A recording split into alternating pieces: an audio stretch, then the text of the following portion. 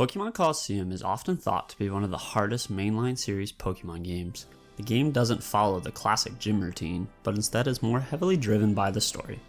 This will be my attempt to complete a hardcore Nuzlocke, so let's quickly go over some rules I'll be following. They'll also be in the description below. Rule number 1, if a Pokemon faints, must be boxed. Rule 2, I can catch one Pokemon per location. In cases of static encounters, a random number generator will be used to determine the encounter. I like this rule as it adds a little variety to encounters instead of each run having the same Pokemon. An example of this is when you enter Pyrite Building, you fight this trainer who has a Shadow Yanma. In cases such as Dual Square, we'll still be able to choose which Pokemon we fight. I find this choice adds a bit of skill and tests team building and game knowledge. 3. No items in battle. 4. In Colosseum, you can call Pokemon to wake them up, so calling is banned except for to get our Pokemon out of Hyper Mode as long as there's no other benefit. Sleeping Hyper Pokemon would be an example when we can't call. Not overleveling the next major boss, the level caps are shown here and below again. And finally, no legendary Pokemon. Sorry doggos, or are they cats? Alright, let's begin. Right out of the gate, we get the most important item, the snag machine, and blow up an entire base over our hair. I mean, can you blame me? I don't want that reverse bowl cut. We stop off at the outskirts stand and get our first look at the starters. Umbreon, who has a timid nature, which is nice considering dark moves are still special in this game, and our Espeon, who has a naive nature. Espeon has great potential to outspeed and one-shot a lot of mons, so this looks like a promising start. We make quick work of Ryder Willy in a double battle and then head over to Phoenix City where we continue our crime streak and steal this sack of potatoes from a couple of shady guys. Turns out it isn't potatoes after all, and Brad joins our adventure to roll that random number generator for us so we know which Pokemon are catchable. Thanks, Brad. We march over to the mayor's house and meet this guy whose hair rivals our own. Brad then rambles on to the mayor who tells us to check out the stadium. Brad decides to get in our way, so we just politely nudge him aside. Turns out the stadium challenge is already in progress, so we exit and run into our old pals who are molding since we won't share our hair care with them. After picking up some Pokeballs at the outskirts, we head back to the mayor's and are blessed with fabulous music. We then have to fight the shady guys again, who decide punching us will be way more effective, and we realize that's actually a pretty smart idea, so we snag their Makihira to use for ourselves. Welcome to the squad, boyo! Next, we make the first major decision of the run. We have to choose between the Johto starters, each having a benefit over the other. First off, Bayleaf, a great supportive Pokemon, getting access to both screens as well as self-heal, starts out with Razor Leaf, an attack that hits both enemies, and access to Body Slam, which can cause paralysis. Status could be essential considering speed control can easily win some battles. Next up, Quilava, one of the only viable fire types in the game since Entei isn't allowed. Sunny Day benefits it both offensively and defensively, but sadly I think in this specific game, Quilava is massively outclassed by the other two. Finally, Croconaw is a massive threat, getting Surf and Rain Dance once purified. Early game Scary Face as well, which can be excellent, however Croconaw isn't the fastest Pokemon to get the most use out of this. But Surf is one of the better moves in the game. I initially was going to take Croconaw because of Surf early on, but I ended up going with Bayleaf because of an encounter we can guarantee later on, and the Chikorita line gets enough hate as it is. Screens for both early and late game could be crucial. Lowering Bayleaf's heart gauge is a priority, so we bully Roller Boy Cabe, who has a Silcoon, before making our way to Pyrite Town. And did I mention how awesome the music is in this game? Here we get another choice for an encounter. The only 3 notable options are Quagsire, Misdreavus, and Noctowl. Noctowl is decent special tank and gets access to Reflect and Hypnosis. My problem here is that Hypnosis is pretty unreliable. Misdreavus can single-handedly win this run, as the AI is horrible and will attack it with moves that don't affect it. Anyone who has seen Chugga's Conroy's playthrough will know this. It's also the only ghost type available in the game. I decided to go with Quagsire, as it complements Bayleaf and is quite amazing. Early access to Surf, Earthquake through level up, and both abilities can come in handy. I end up with Water Absorb, but Damp can be run saving as a bunch of random mons get self-destruct or explosion and can easily end your run. Honorable mention to Flaffy, who can deal great damage, but it's slow and frail until evolving, and 100% accurate Thunder in the Rain can slap, however ground type moves are very, and I mean very, relevant in this game. We take on the rest of Dual Square. I don't know, shapes are different in Ori, alright? In one of the battles, Quagsire is upset we didn't wake him up from his hyper nap that he 180 no-scopes us. Jeez, someone woke up on the wrong side of the pond. After sending everyone to the Shadow Realm, we take down Kale and his janky looking Machop. Seriously, get my man some bread. We decide to finally read the title and challenge our first Colosseum. We receive the Toxic TM for winning. They also promise us riches beyond our wildest dreams. Here's our first usage of the random number generator, as we don't even have to break in fact they escort us right into their base. On our way to the top, we take on a couple more trainers and almost lose Espeon to Endeavor. If the Hoot tackled the other slot, we would have most certainly lost our best special attacker. That's the challenge of this game. Every trainer is a threat and we need to be a lot more careful going forward. Then, not 1 minute later, we lose Makihita trying to lower his heart gauge to a Remoraid and Magnemite. I guess we have to resort back to Pokemon battles and not brute force going forward. I knew we were going to lose some Pokemon, but I did not think this early on. We dispose of our weapon and continue ascending the building, finally teaching Umbreon Toxic. Upon reaching the top, we interrupt their game of house. Not wanting us to tell their parents, Wreath challenges us to a battle, and oh thank god that smell was her Remoraid. Firma, not wanting to miss out on the action, steps in, and we get a chance at our next tool of mass destruction, Mantine. During this battle, I show how long it's been since I've played the game. Here, Espeon gets hit by Bubble Beam for 27 damage. I stay in thinking a crit will do 41 damage to me, but on the next turn, Aipom hits Espeon with Astonish and Mantine crits Bubble Beam. The thing is, prior to Gen 6, crits do double damage, not 1.5 times, so Espeon was dead to this crit either way. The worst part is I have two 100% safe switches here between both Bayleaf and Quagsire. We finish off the fight snagging Mantine, but it's a bitter victory. I feel my Pokemon are just tools for the mission, but a part of me knows that Espeon had a greater purpose. That purpose may have involved smacking the out of Mare B, but now we may never know. With 4 Pokemon in hand, we chase down Mare B through Pyrite Cave, picking up Meditite and almost losing Quagsire to a double up that leaves him at 1 HP. These early double battles are proving tricky to navigate. Meditite, Dunsparce, and Swablu were all available here, and Meditite was probably my least preferred, but we can't win them all. Looking at our team, I decide for Mare B, we are going to need Umbreon at the level cap. I fight Divil because he has a Horsey and Psyduck, which provide 1 speed and 1 special attack each time we defeat him. We level up to just a tad away from 36 since we are allowed to level during boss battles. We try to sneak in and get a free dance lesson, which leads to our first major battle of the game. One thing about Colosseum is that the bosses have seemingly random leads. This will be more relevant later on because the nice thing with Mare B is he will always lead 2 Ludicolo out of his 4 and try to set up Rain Dance, giving you a free first turn. My plan here is to confuse as many of the Ludis as I can with Umbreon while using Calm Mind with Meditite. Here, I was hoping he would lead the level 28 Ludi as it poses the biggest threat to our Bayleaf carrying Ice Beam, but he keeps it in the back. We start off by confusing one while they set up the Rain. The following turn, we confuse the other Ludi. Mare B gets off 1 Fierce Swipe into Umbreon, while the other hits itself. With both Pokemon confused, we start a very unknown Toxic Stall strategy. The following turn, Umbreon hits a massive critical hit by doing over half, and Meditite, now sitting at +3, hits a confusion to take out his first of many Ludicolo. Umbreon hits level 36 and his left Ludicolo still can't quite get the choreography down and hits herself. Umbreon teaches the new Ludi a different dance move, while Meditite hits a confusion doing just under half. The new Ludi isn't fooled, however, and sets up the Leech Seed while encouraging his dance partner to swipe away at Meditite down to 15 HP. Here, the rain stops, so I get to pick up the free KO knowing he's gonna go for Rain Dance again. With his partner now gone, Ludi 1 messes up again. Don't worry dude, we've all been there, dancing's hard. Finally, the Ludi with Ice Beam comes in and I get Mantine in while using Toxic. With our help, Ludi 1 nails the routine for the first time and brings the rain. We whittle away at his Pokemon in the hopes to take down the level 28 one so we can safely get Bayleaf in. In this game, when a Pokemon is knocked out, its replacement swaps in during the turn, so a couple turns later, we kill Ludicolo with a Shadow Rush while targeting that slot with Confuse Ray. Sudowoodo comes in and gets instantly confused. He then gets hit by a rain boosted Bubble Beam and lives on low HP. Sorry old friend, but it's your turn to go, Ludi 1. Without your missteps and improper timing, this fight may have not been winnable, so I feel slightly bad. Umbreon, however, does not, and a crit bite followed by Quagsire's Slam instantly hangs up her old dancing shoes.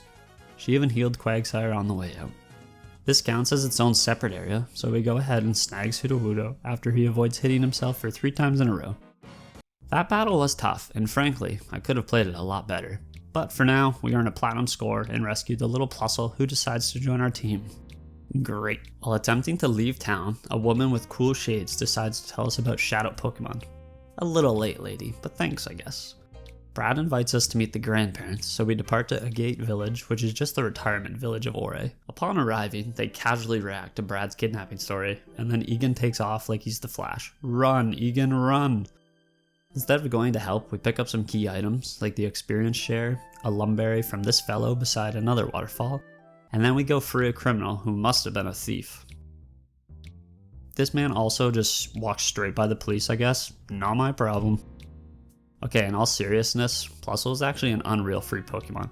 It gets access to some awesome supporting moves like Thunder Wave and Encore. And let me tell you, for the upcoming fight, both will be essential if we don't want to lose another team member. So we grind Plusle up to level 36, this time against both Devel and Liba for special attack and speed EVs. With our newly supercharged Plusle, we head back to the Relic Forest where... Oh, they don't even need us. This level 50 Pikachu will just use Thunderbolt. Hey, what the... This guy who claims he was hailed as the most powerful trainer? Well, guess we have to do everything. We lead Plusle and Umbreon. Our goal here is to just give Hitmontop as little opportunity to attack as possible, so we paralyze and confuse him. The following turns, we try to flinch him with Bite while one-shotting Geodude. We set Clamp Roll to red and catch Hitmontop, who has Intimidate. Another necessary ability for this run. Here comes the devil himself, why not? This Pokemon can and will kill your team if you're not ready. I go for Taunt here to avoid getting hit by Counter and Miracope, then Poison and confuse him until he dies. This was another reason we brought Plusle. In case he started with Wynot, we could use Encore to avoid getting one shot on the Crackback. Here comes the most important part of the whole run. We can finally nickname our Pokemon. We also get the ability to purify and open the door to our Pokemon's heart, but who cares? Yeah, nicknames! After purifying everyone, we head to Mount Battle, which has been overrun by Cypher. After battling 9 weak trainers in a row and ugly learning Yawn, we make it to the next boss. Oh my god, that dude's a giant. I'm out of here. In preparation to take on whatever it is, we go and purify / nickname Fidget the Hitmontop and Titty Knees the Meditite. Cause I mean, look at them. Anyway, I grind again, this time against Noctowl to earn some HP EVs and get everyone up to level 40. Before going back to Mount Battle, I decided to drop Plusle. Although Encore could be really helpful with the opponents using Protect, Plusle is incredibly fragile and weak to Earthquake spam. Plusle, you'll have a chance to shine later, little guy. Channeling our inner David, we go and witness Dakim just straight KO this guy. Dakim's plan is simple, Protect in one slot, Earthquake in the other. We lead with both our water types and get pretty lucky again as he leads Metang, which is the one real threat to our team in this fight. We start off by yawning and putting Metang to sleep. Golem poses no threat as it's way too slow to get an attack off. One thing of note is since we have Ray out, who's a flying type, it appears to steer him away from Earthquake spam. We quickly dispatch Golem and Marshtomp comes in as Metang gets off another Psychic before falling asleep. The following turn, we switch Jacob in for Ugly and Bubble Beam down Marshtomp. Camera Up protects as Metang wakes up and lets off an Earthquake that does minimal damage to Jacob. Ray then one-shots Camerupt with a 4-time super effective Bubble Beam. Dakim sends out the legendary dog Entei. He hits hard, but is also weak to water. A couple Bubble Beams and Entei hurting itself with Shadow Rush, and we win the battle. This fight went a lot smoother than the Mara B fight, and I hope that trend continues for a while. Dakim then straight flips off this platform to I don't exactly know where. Well, we try and help Vander up, but Brad is insistent that we pick up the garbage first. We then travel back to Agate Village to see what the Time Flute is all about, but really just to allow us to go to the next area, the Mystery Lab. We instantly back to Pyrite, unlock a jail door in order to steal a key from this sleeping woman. Once getting to the bottom of the elevator, we see Lady Venus, who tells everyone a spy is in the under. That's us, isn't it? Since lying is bad, we immediately tell this person that we are the spy, but they don't believe us for being too honest, you know, like a truther. The game here gets a lot easier due to Protect being available in this shop. We buy one for almost everyone on our team and some later members. After blowing our money on protection, we take up a part-time job as a delivery boy for Net. Leaving the building, we witness Silva being thrown in jail, so we decide to stick our necks out and get into a fight. Cloak has a Shadow Ladian that we can catch, but yeah. At level 41, Littlefoot learns Light Screen against Dagger. Yep, Cloak and Dagger. Clever. We finally take this cool UFO and then replace Sudowoodo with Plusle in preparation to take on Lady Venus not that far behind Dakim. Venus is annoying, period, especially since 5 of our 6 Pokemon are male. Her plan is simple, boys, attract spam. We lead Ugly as our only female, but Venus leads her Vileplume and Delcatty, who packs Thunderbolt, so we need to get rid of that if we want to use Ray at all. We start by protecting Ugly from Vileplume and poison the Delcatty. Next turn we get Littlefoot in to take the incoming attacks and taunt the Vileplume to prevent Attract and Stun Spore. The following turn, Jacob gets another big critical bite as Littlefoot heals up and we get hit by a weak Acid. Delcatty faints and in comes Steelix, who is a monster threat. We swap in Fidget to get off and Intimidate, lowering their attack and setting up a light screen. We then double switch to get rid of the Attract and get off a Bubble Beam into Steelix. Steelix helps us out by Earthquaking Vileplume as we protect Jacob. We swap Fidget back in while trying to KO Steelix, but Ray is totally in love with this giant metal snake. We get Littlefoot in again and prepare for her final Pokemon as we take out Steelix. Bayonet comes in and we set up Light Screen again while Bayonet hits a massive Shadow Ball on Ray. Vileplume does us a favor and uses Attract on Littlefoot instead of KOing us. We swap in Jacob and Fidget to lower Bayonet's attack stat. Venus then switches her Vileplume out into her legendary dog, Suicune. This Suicune packs Surf, so we swap in Ugly, who is immune, looking to get off a Yawn into Suicune while finishing Bayonet off with a Bite. We fail to knock out Vileplume with Bite, and oh no. Ugly is 4 times weak to Giga Drain, so Vileplume is going to heal to full, and we won't get to put Suicune to sleep. This is it. We've come so far and fought against so much adversity just to be down here. I just hope I've learned from my mistakes. Turns out, however, Vileplume is a huge Twilight fan. Shout out Team Jacob. Not losing Ugly here allows us to protect the following turn and take out Vileplume. Suicune uses Leer, then falls asleep, finally allowing us to get Plusle in and finishing the fight off with an adorable Thunder that does massive damage. Finishing off Venus. We proceed and try to chase Venus down her elevator shaft, but decide to get our daily steps in and take the stairs. Here, we get our next encounter, a Gligar. We catch up to Venus, who gives us the slip by running in and out of a train, then flashes the key at us. We chase her down again, and turns out she dropped the key literally right outside the door, which I passed by about 4 times. I seriously have no clue what I was doing here. We take the train and find another key just chilling after these guys blow up the bottom of their lab. In preparation for the upcoming segment, I decide to gain some levels and look to pick up Thunderbolt for Plusle. I complete the first 5 levels of Mount Battle, netting us 2100 Poke Coupons. Realizing I'm going to overlevel without getting enough coupons, I go to Pyrite Colosseum instead to get Rain Dance, allowing Thunder to be 100% accurate in the rain. Look at this poor little Mudkip getting kicked, by the way. How adorable. We break into the lab fighting through some peons who keep dropping down from the ceiling.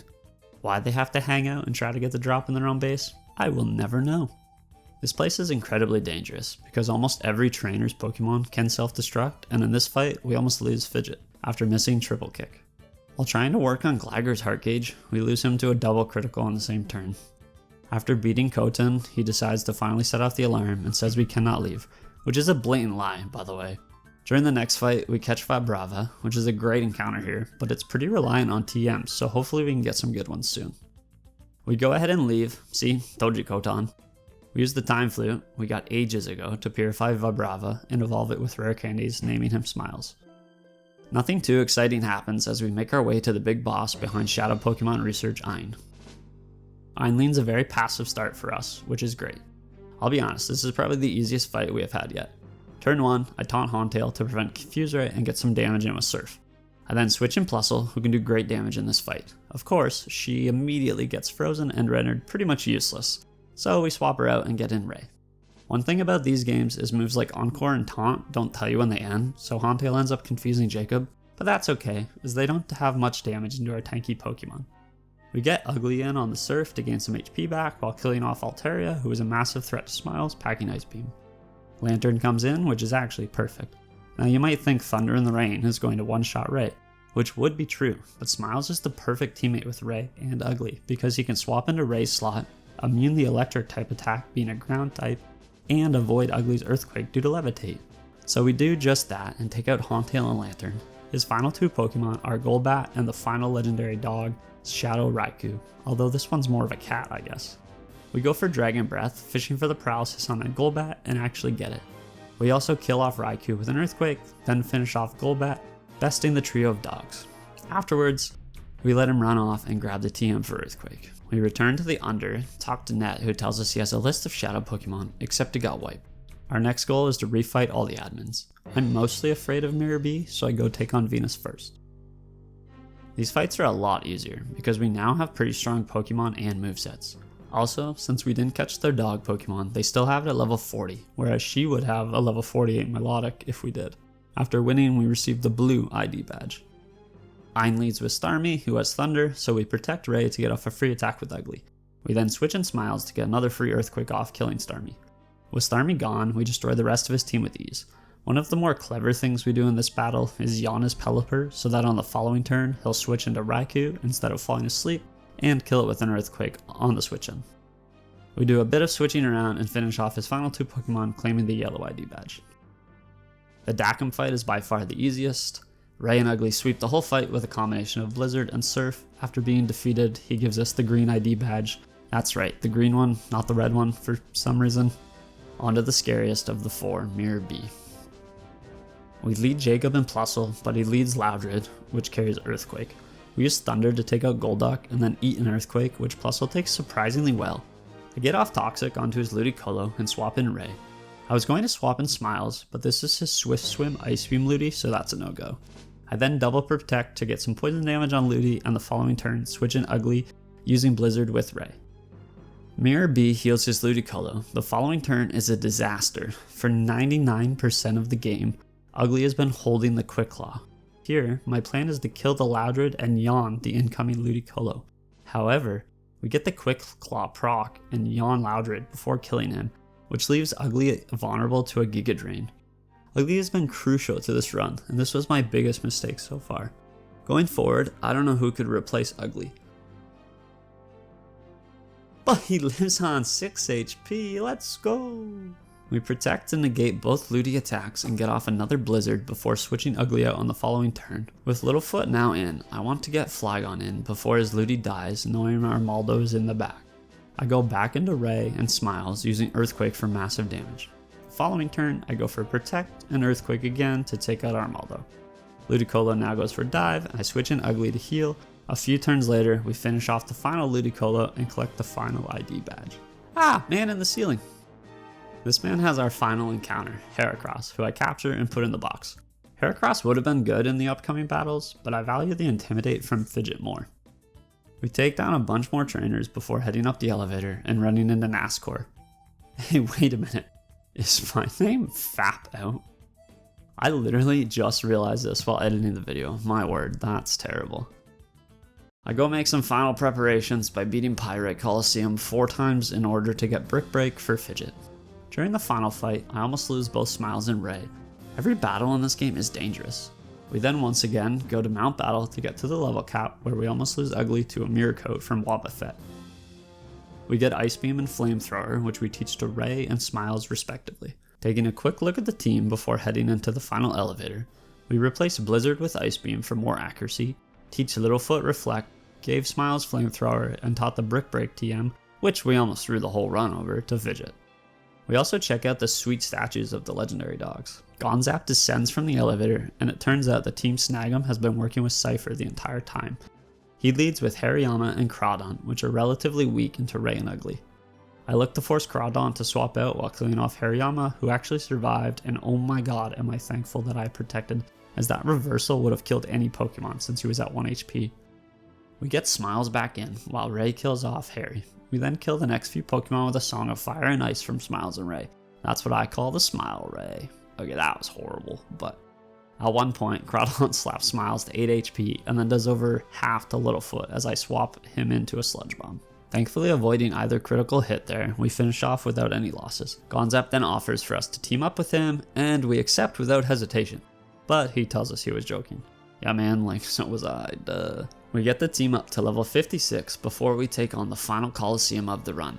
I just want to say, I didn't think we would even make it this far, especially with some of our early mistakes like losing Espeon. The team has pulled through thick and thin, sometimes just barely, but hey, sometimes that's all you need. I'm super proud of them. We ascend the final elevator and take on a couple of tough trainers. Each battle has a shadow Pokemon, but I felt like since this was sort of the Elite Four of the game, that catching one wasn't fair, as it's almost like a free KO since I have the Master Ball. I decide on no encounter here. We take down trainer after trainer without being able to heal. We beat the final trainer and have made it to the Nascour fight with a full team of 6.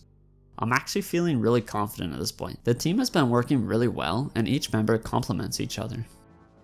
The one lead I don't want to see in this fight is Xatu, as it pressures Ugly with Giga Drain.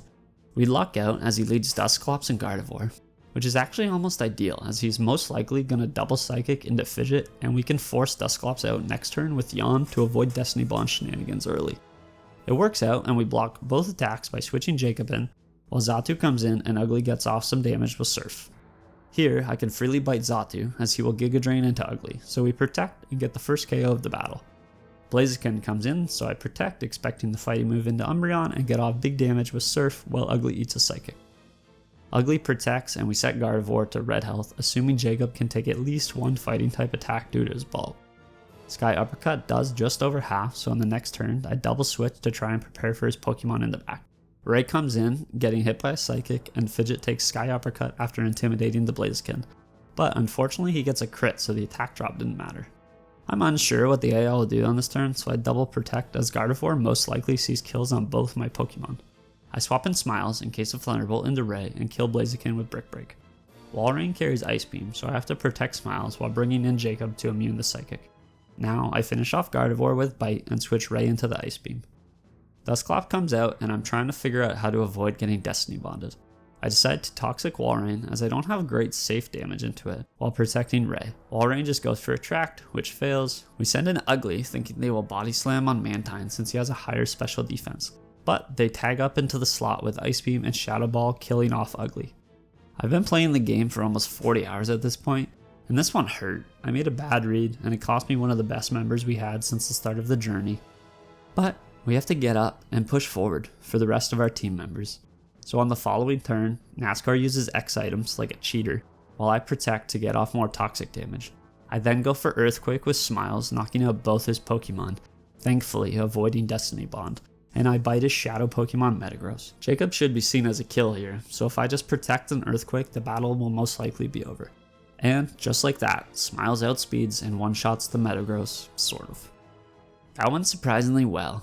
Losing Ugly here though, just before the final fight really hurts at this point. I wasn't sure what to do, because as you'll find out in a few seconds, we have to take on the real final boss of the game, Mayor Evis and his team of bombs. Seriously, this guy has powerhouse after powerhouse after powerhouse.